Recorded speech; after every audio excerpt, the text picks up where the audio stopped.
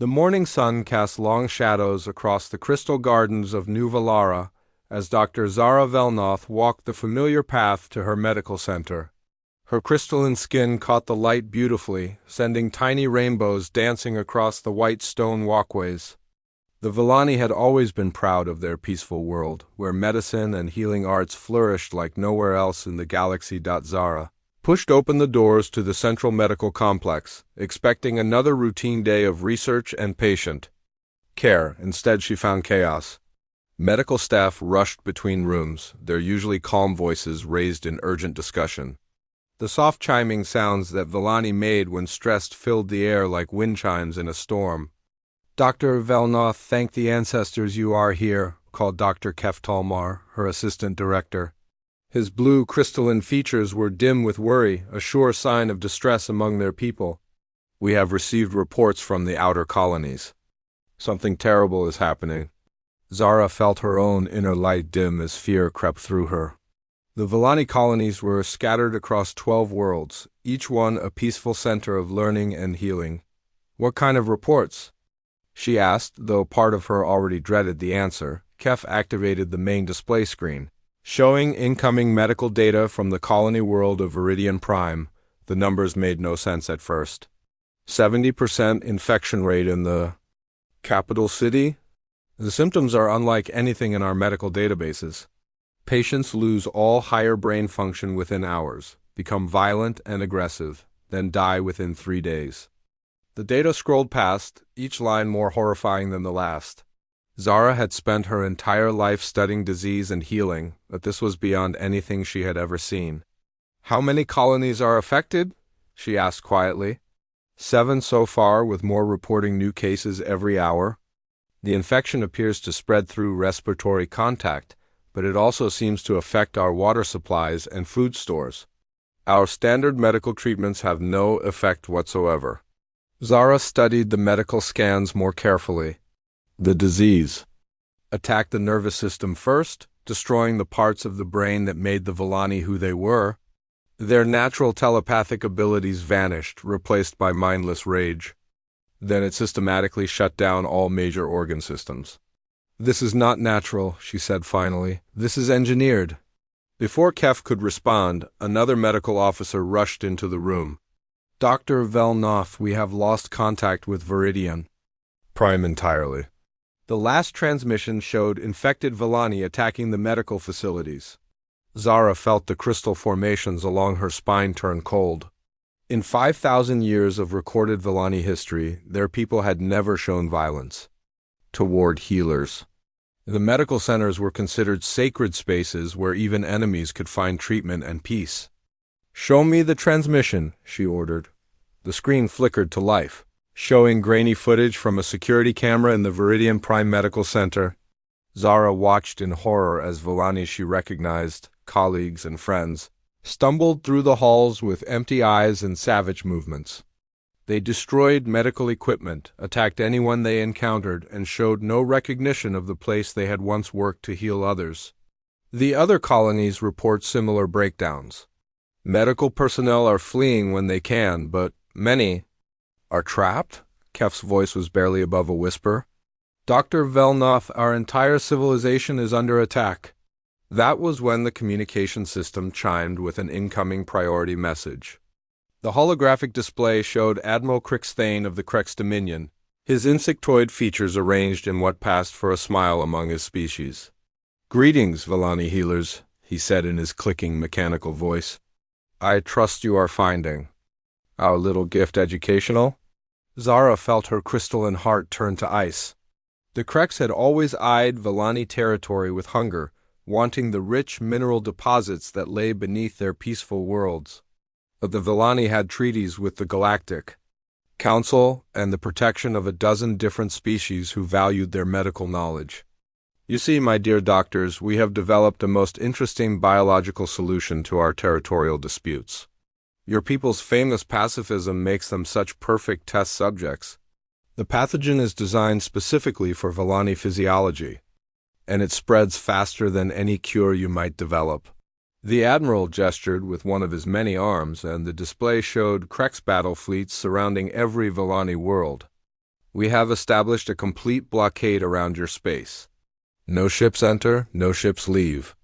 No one will come to help you, and no one will hear your calls for aid. When the plague has run its course, we will move in to claim what has always rightfully belonged to the strong." The transmission ended, leaving the medical center in stunned silence. Zara stared at the blank screen, her mind racing through everything she knew about Krek's biology and their military capabilities. The Villani had no warships, no weapons, no military of any kind. They had never needed such things. "Dr. Velnoth, what do we do?" asked Kef. "Our medical science cannot fight this. We have never encountered anything like it." Zara walked to her personal communication console, her hands shaking as she activated the deep space transmitter. "We do what healers have always done when faced with something beyond our knowledge," she said quietly. "We call for help." She began composing a message, trying to remember everything she had heard from the deep space traders who sometimes visited their worlds. They spoke of other species, other medical traditions, other ways of fighting disease. One name came up more often than others, though always with a strange mix of respect and fear. "Emergency medical transmission," she began recording. "This is Dr. Zara Velnoth of the Villani Federation Medical Council. We are facing an engineered plague outbreak across our colonies.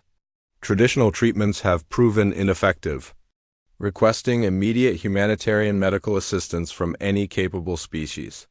She paused, remembering something else the traders had mentioned. Stories of a young species that approached problems differently than anyone else in the galaxy.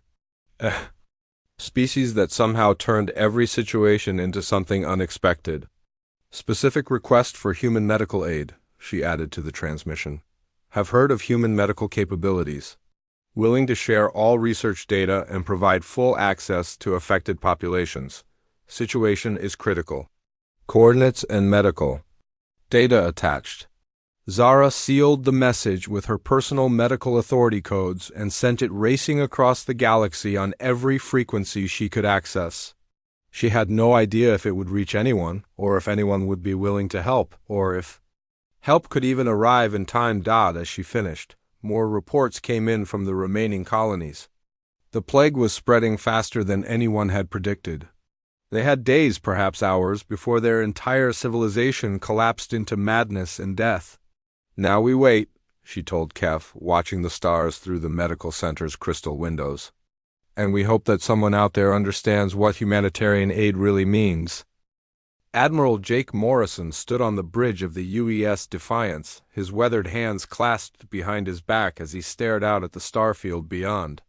At 57 years old, he had seen more battles than most officers twice his age, and his gray beard showed the stress of commanding the 3rd Human Expeditionary Fleet. Through some of the galaxy's most dangerous missions, the bridge hummed with quiet activity as his crew monitored dozens of star systems within their patrol sector.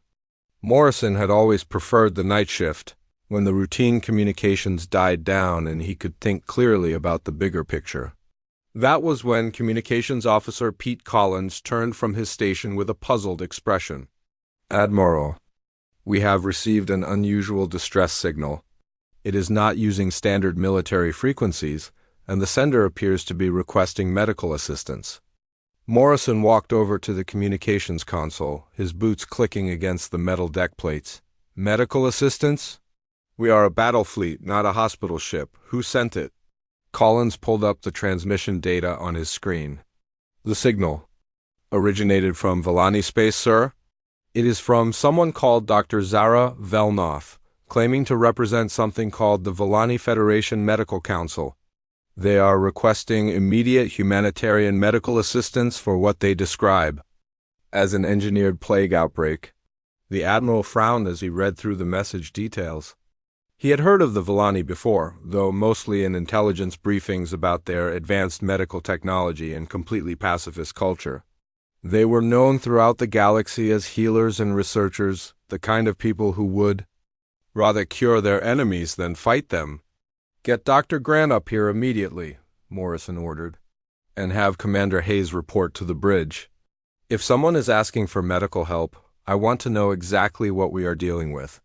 Dr. Lisa Grant arrived first, still wearing her medical uniform from the late shift in the fleet's medical bay. At 42, she was one of the youngest chief medical officers in the expeditionary fleet, but her experience with battlefield medicine and exotic diseases made her invaluable. She read through the Villani message quickly, her expression growing more serious with each line. "This is bad, Admiral. Really bad. The symptoms they describe match something we encountered during the Centauri conflict 3 years ago. If I am right, this is not just a medical emergency. This is biological warfare." Commander Rick Hayes arrived on the bridge just as Dr. Grant finished speaking.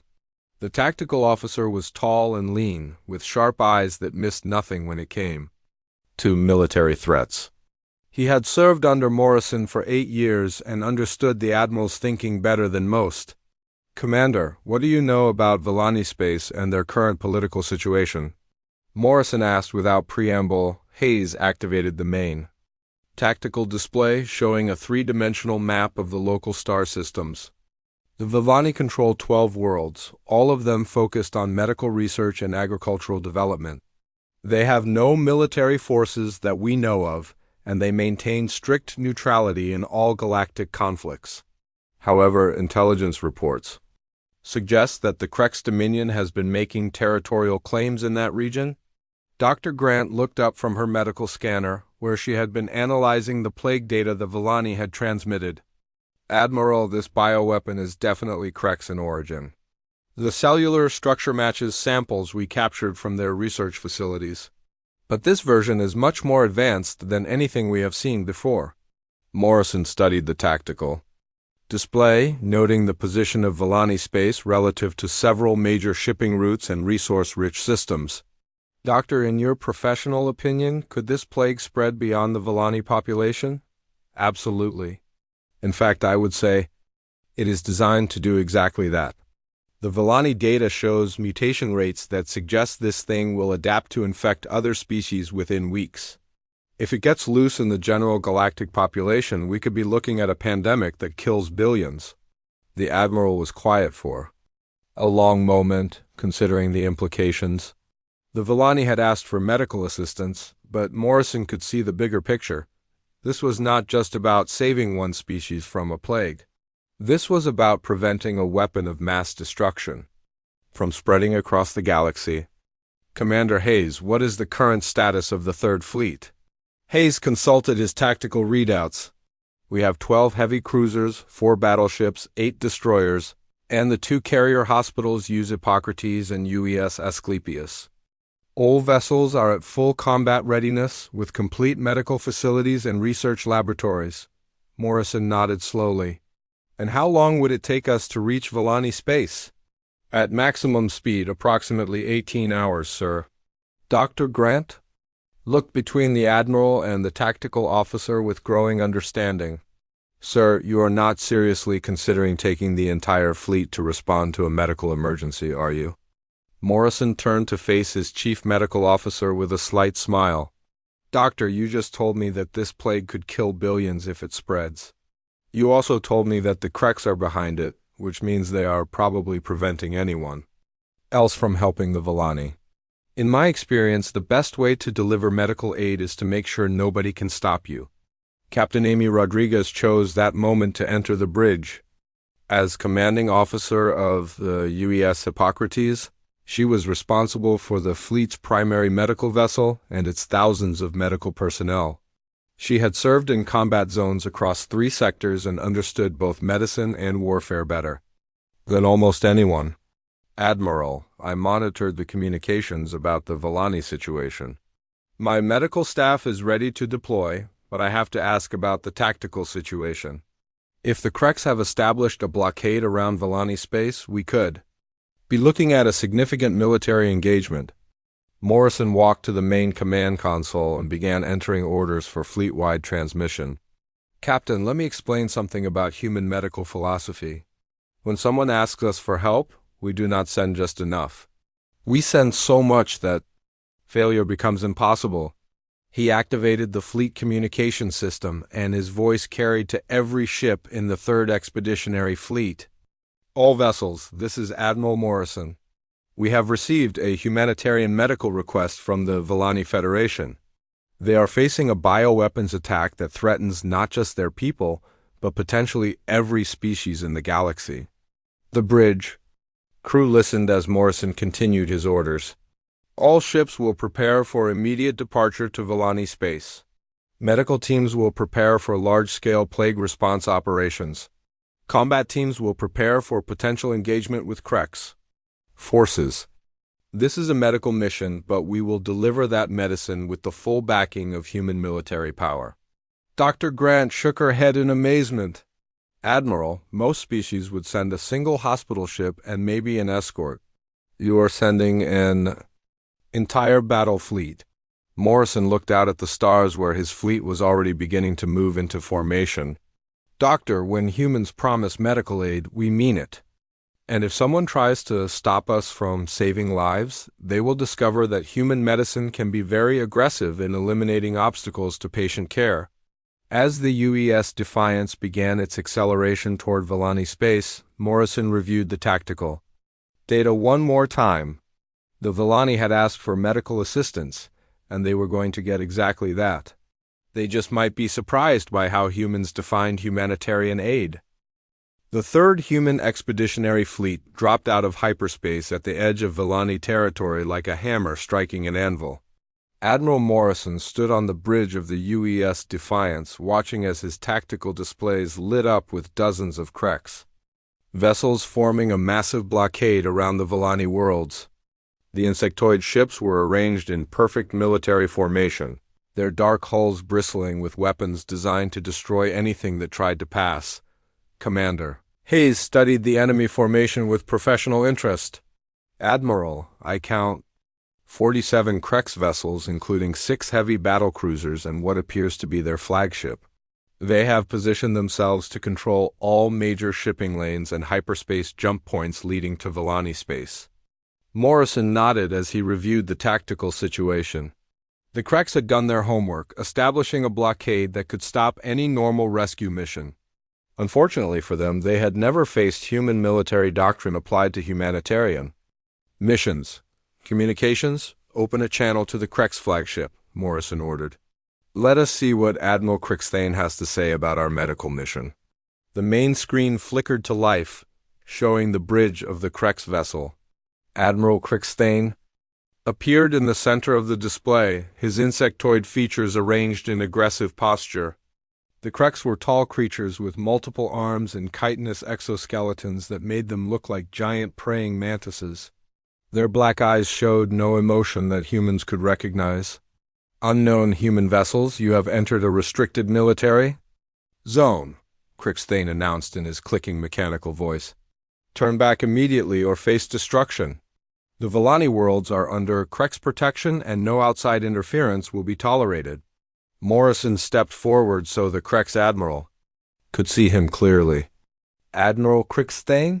I am Admiral Jake Morrison of the United Earth Expeditionary Fleet. We have received a medical emergency request from the Villani Federation, and we are here to provide humanitarian assistance. The Krex Admiral made a sound. That might have been laughter among his species. Medical assistance? Human, the Villani face an internal medical crisis that requires no outside intervention.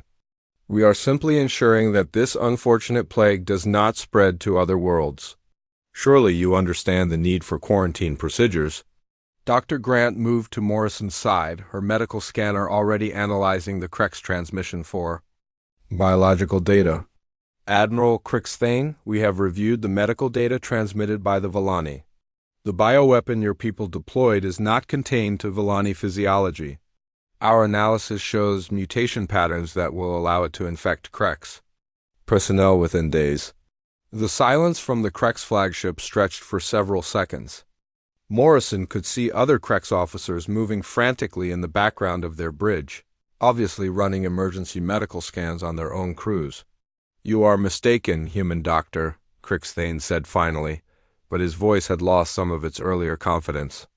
Krex Biological Warfare Division has ensured complete species specificity in all deployed weapons. Captain Rodriguez joined the conversation from her position on the Use Hippocrates. Admiral Crixthane, we are reading elevated bioweapon signatures from at least 12 of your vessels. Your crew members are already showing early symptoms of infection. The pathogen you deployed has mutated faster than your scientists predicted. Morrison watched as more activity erupted on the Crex Bridge. Medical officers were clearly reporting to their admiral, and the news was obviously not good. The human intelligence network had been tracking Crex bioweapons research for years, and Dr. Grant had correctly identified the plague's origin and evolution pattern. Here is what we know, Morrison continued calmly.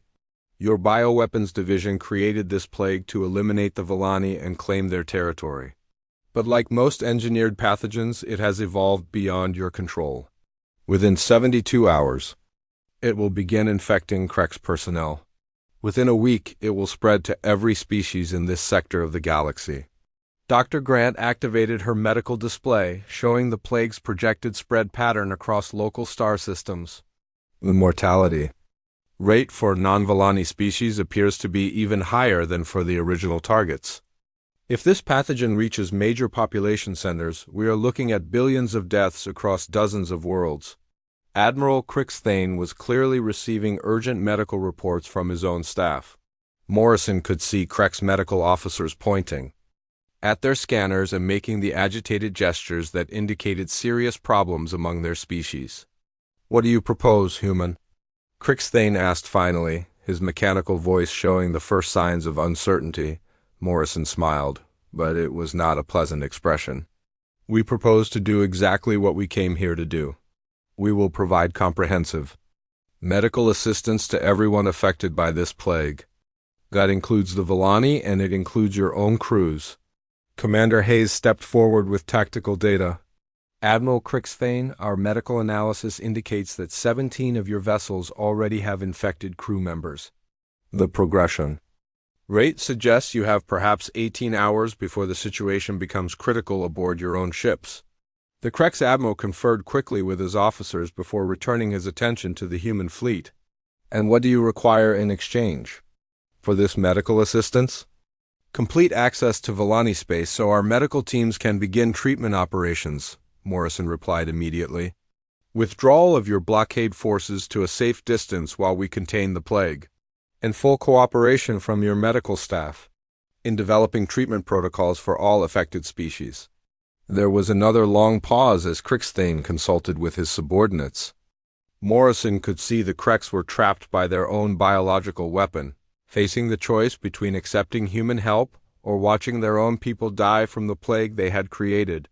"You will treat Crex personnel with the same priority as Villani patients?" Crixthane asked finally. Dr. Grant answered before Morrison could speak. "Admiral, human medical ethics require us to treat all patients based on medical need, not political affiliation. Your people will receive the same care as everyone else affected by this plague," Morrison added his own assurance. "However, Admiral Crixthane, I want to be very clear about one thing. This is a medical mission and we will complete it regardless of military obstacles. The question is whether you want to be part of the solution or part of the problem that gets eliminated." The implied threat was unmistakable. The human fleet had arrived with enough firepower to destroy the entire Crex blockade if necessary. Morrison was offering cooperation, but he was also making it clear that human medical missions would be completed one way or another. After several more minutes of discussion with his staff, Admiral Crixthane returned to the communication channel. "Very well, Admiral Morrison. Crex forces will withdraw to minimum safe distance and allow your medical teams to proceed. But understand that we will be monitoring your activities very carefully." Morrison nodded professionally. "Understood, Admiral. Dr. Grant will coordinate with your medical staff to begin treatment of your infected personnel. Captain Rodriguez will lead the main medical operation to Villani worlds. And Admiral Crixthane, thank you for making the right choice." As the Crex vessels began moving to new positions, Morrison turned to his staff with satisfaction. They had achieved their first objective without firing a single shot, using superior intelligence and medical expertise to turn enemies into reluctant allies. The Crex blockade parted like water before the approaching human fleet. their dark ships retreating to what Admiral Crixthane considered a safe distance. Captain Amy Rodriguez watched from the bridge of the UES Hippocrates as the massive human medical operation began to unfold with precision that surprised even veteran Crex military observers. The first wave consisted of 12 human destroyers that swept through Volani space like hunting wolves, their advanced sensors scanning every planet, moon, and space station for signs of plague activity. These were not typical medical vessels, but full combat ships equipped with the most sophisticated detection equipment human technology could provide. Captain Steve Turner of the destroyer UES Vigilant reported his findings directly to Admiral Morrison. Sir, we have confirmed plague activity on all 12 Volani worlds. The infection rate varies from 30% on the outer colonies to over 80% in the core systems. But we have also detected something else. Morrison studied the incoming sensor data with growing concern. What else, Captain? There appears to be a hidden research facility on the third moon of Volani Prime. The energy signatures match Crex military installations, and we are detecting active biological weapons research. Sir, I believe they are still working on more advanced versions of the plague. Dr. Grant immediately moved to analyze the new data while Captain Rodriguez began deploying her medical teams to the Volani surface. The human approach to medical intervention was unlike anything the galaxy had ever seen before. Instead of sending small teams of doctors with limited supplies, the humans were conducting what looked like a full-scale military invasion focused entirely on healing. The two carrier hospitals moved into orbit around Volani Prime and began operations that amazed the surviving Volani medical staff. Each ship contained facilities that rivaled entire planetary medical centers, with thousands of human medical personnel and equipment that could manufacture any drug or treatment needed in massive quantities. Dr. Grant worked alongside Dr. Zara Velnoth in the main treatment facility that had been established in the Volani capital city. The human approach to medicine shocked the gentle Volani healers, who were accustomed to careful, gradual treatments that work slowly over time. Dr. Velnoth, we need you to understand that human medicine operates on different principles. Dr. Grant explained as she prepared the first batch of antiviral compounds. We do not simply treat symptoms. We attack the disease directly with overwhelming force. The human medical teams deployed across the Volani cities with military efficiency that made the operation look more like a conquest than a rescue mission. Combat-trained medics established secure treatment zones using portable force fields and automated defense systems. Mobile medical units moved through infected areas with armored escorts, treating patients who had become violent due to the plague's effects on their nervous systems. Dr. Velnoth watched in amazement as human medical personnel worked with speed and precision that seemed impossible. Dr. Grant, your people are treating patients faster than we ever believed possible. How do you achieve such rapid results? We use targeted treatments that attack specific disease mechanisms rather than trying to support the body's natural healing processes, Dr. Grant replied as she monitored a Volani patient who was already showing improvement after just 2 hours of human medical intervention. Human medicine learned long ago that sometimes the most effective cure requires aggressive action. Captain Rodriguez coordinated the massive logistical operation from orbit, directing medical supplies and personnel to wherever they were needed most. The human industrial fabricators worked continuously to produce antiviral medications, medical equipment, and support materials in quantities that boggled the minds of other species. Meanwhile, Admiral Morrison received increasingly urgent reports from Captain Turner about the hidden Crex research facility. Admiral, we have intercepted communications from the facility.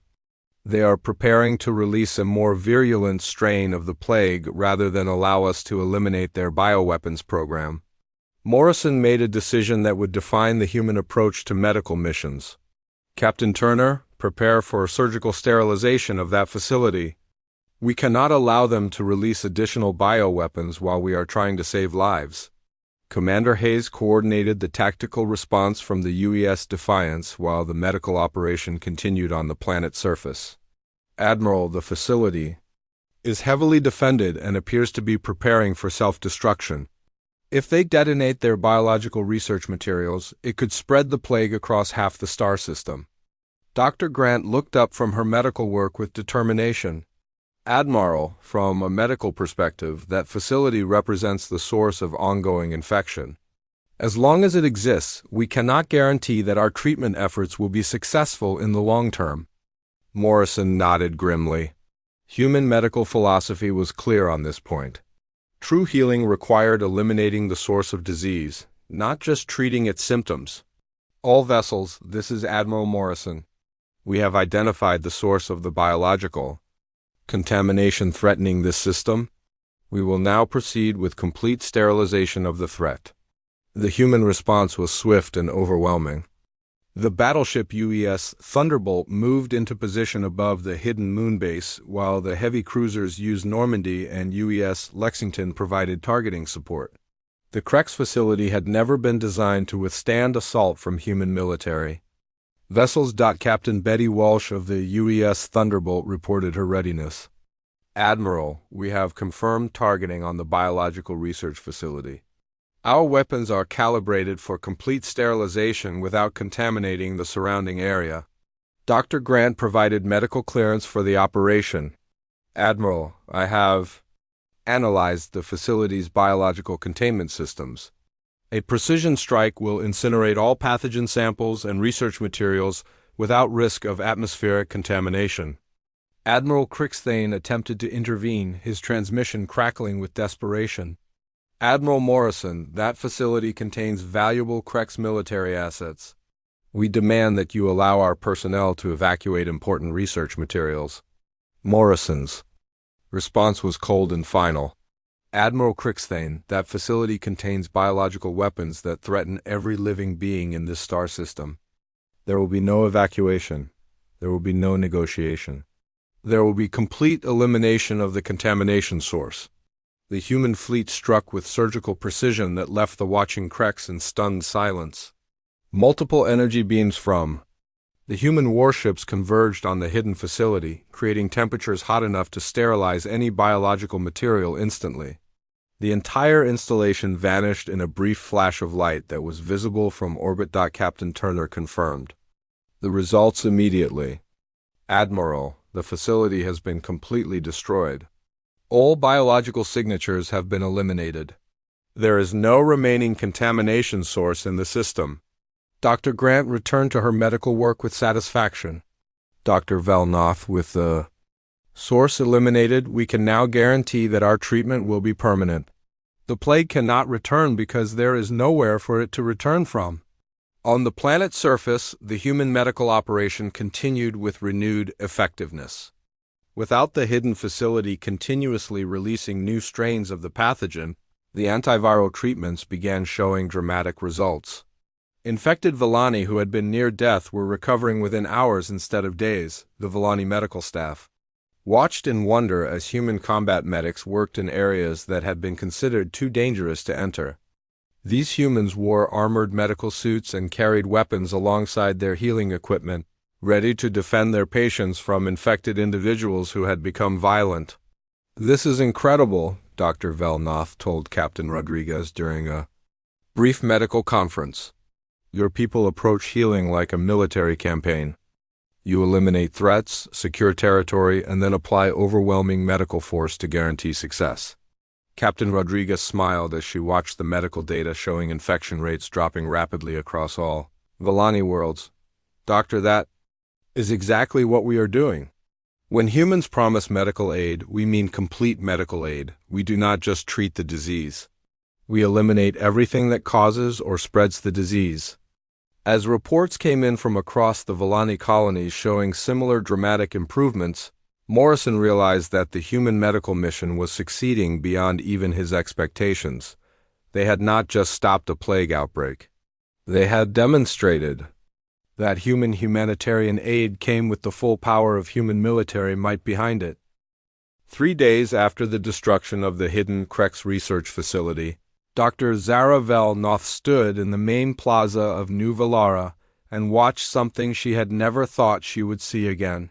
Healthy Villani walked peacefully through their crystal gardens, their inner light bright and steady as it had been before the plague arrived.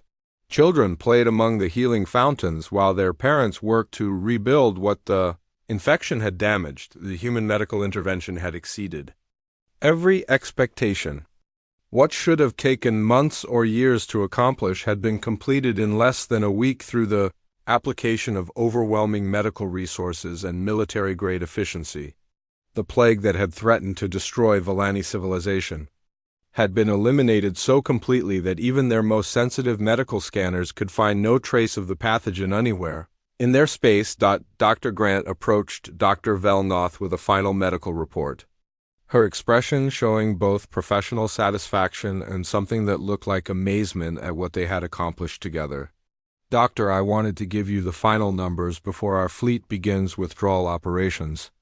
Dr. Velnoth accepted the report with hands that still shook slightly when she remembered how close her people had come to extinction.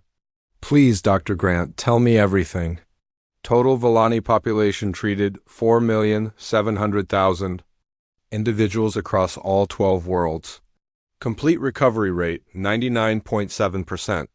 The remaining casualties were individuals who had been infected too long before treatment began for full neural recovery. Dr. Grant paused to let the numbers sink in. Doctor, your entire species has been saved. The Volani medical leader felt tears of joy running down her crystalline cheeks. How is this possible? Our own medical science said that recovery from the advanced stages was impossible. Dr. Grant smiled as she gestured toward the human medical facilities that still operated throughout the Volani capital. Human medicine operates on the principle that impossible simply means we have not applied enough resources to the problem yet.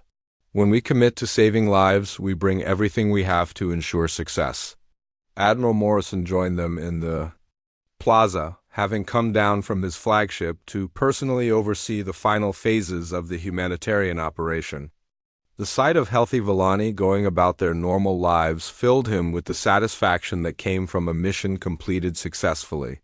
Dr. Velnoth, I wanted to inform you personally that our medical teams have also completed treatment of the infected Krex personnel. Admiral Crixthane has requested a meeting to discuss the implications of what has happened here. Dr. Velnoth looked between the two human officers with curiosity. What kind of implications, Admiral? Morrison activated a portable holographic display that showed the current positions of both human and Krex vessels. The Krex have learned that their biological weapons program was flawed from the beginning. The plague they created would have eventually infected their own people regardless of what happened to your colonies. They are now requesting ongoing medical cooperation to prevent similar disasters in the future. Captain Rodriguez approached the group with additional reports from the human medical ships. Admiral, we have completed our analysis of the Krex bioweapons research data that we recovered before destroying their facility. Dr. Grant was correct about the mutation patterns. Without our intervention, the plague would have spread to over 40 different species within 6 months. Dr. Grant nodded grimly. The Krex thought they were developing a targeted weapon, but they actually created something that could have caused a galactic pandemic. Their own military medical officers have confirmed that Krex physiology would have been extremely vulnerable to the mutated strains. Admiral Morrison looked up at the stars where the human fleet maintained its protective presence around Volani space. Dr. Velnoth, this raises an important question about your people's future security. The Krex have agreed to withdraw their territorial claims, but there may be other species who see your peaceful nature as a weakness to exploit. Dr. Velnoth considered the Admiral's words carefully. The Volani had always believed that their medical knowledge and healing abilities would protect them through the goodwill of other species. The plague attack had proven how naive that belief had been. Admiral Morrison, what would you suggest? Morrison exchanged glances with Dr. Grant and Captain Rodriguez before answering. The United Earth government would be honored to offer the Volani Federation a mutual defense and medical cooperation treaty. Your people's medical knowledge combined with human military protection could benefit both our species. Dr. Grant added her own perspective. Doctor, the research we have conducted together during this crisis has already led to breakthrough treatments that could help millions of beings across the galaxy. A formal partnership would allow us to continue that work. Captain Rodriguez provided the practical details. We would establish a permanent medical research station in orbit around Volani Prime, staffed jointly by human and Volani personnel. Any future threats to your people would be met with immediate human military response. Dr. Velnoth felt a warm sensation in her crystalline heart as she considered the offer. The humans had not only saved her people but were offering to ensure that such a threat could never arise again. Admiral, your people have already done more for us than we ever dared hope. Why would you offer even more? Morrison smiled with genuine warmth. Doctor, when humans make friends, we make friends for life. Your people asked for medical aid, and we discovered that helping you also helped protect the entire galaxy from a biological disaster. That makes you valuable allies as well as people worth saving. The conversation was interrupted by the arrival of Admiral Crixthane, who had requested permission to visit the Volani surface personally. The Crex Admiral moved carefully among the crystal gardens, his insectoid features showing what passed for humility among his species. Dr. Velnoth, Admiral Morrison, I have come to offer formal apologies from the Crex Dominion for our actions against the Volani people. Our biological weapons program has been permanently terminated, and all research materials have been turned over to human medical authorities for safe disposal. Admiral Morrison studied the Crex leader with professional interest. Admiral Crixthane, what assurance can you give that the Crex will not attempt similar actions in the future? Crixthane gestured toward his own medical officers who were clearly showing the effects of human medical treatment for their plague exposure. Admiral, your medical team saved the lives of over 3,000 Crex personnel who would have died from our own biological weapon. We have learned that human humanitarian aid is far more effective than Crex military conquest. Dr. Grant stepped forward with medical data. Admiral Crixthane, we have also provided your medical staff with complete treatment protocols for the plague and several other potential bioweapons. Your people now have the knowledge to protect themselves from similar threats. The Crex Admiral made the complex gesture that indicated deep respect among his species.